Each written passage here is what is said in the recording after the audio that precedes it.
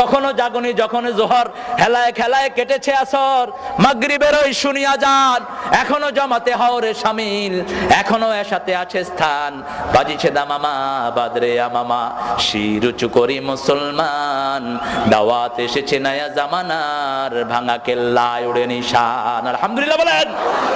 আমাদের জীবন হলো নামাজ। জীবন আগে না নামাজ আগে? কে বলেছেন? কে বলেছেন? আল্লাহ বলছেন বিশ্বনবী 5 ওয়াক্ত নামাজে তাকবীরে তাহরিমা বেঁধে এই আয়াতটা পড়তেন। পড়েন, কুল ইন্না সলাতি ওয়া নুসুকি ওয়া মাহইয়ায়া ওয়া মামাতি লিল্লাহি রাব্বিল আলামিন। বলো, আমার নামাজ, আমার কুরবানি, আমার জীবন, আমার মৃত্যু সবটা কার জন্য দিলাম? সে আল্লাহ বলছেন, গোলাম নামাজ কায়েম করবা, নামাজ হেফাজত করবা, আর নামাজ যখন পড়বা তোমার হৃদয়ের অবস্থাটা কি হবে শোনো।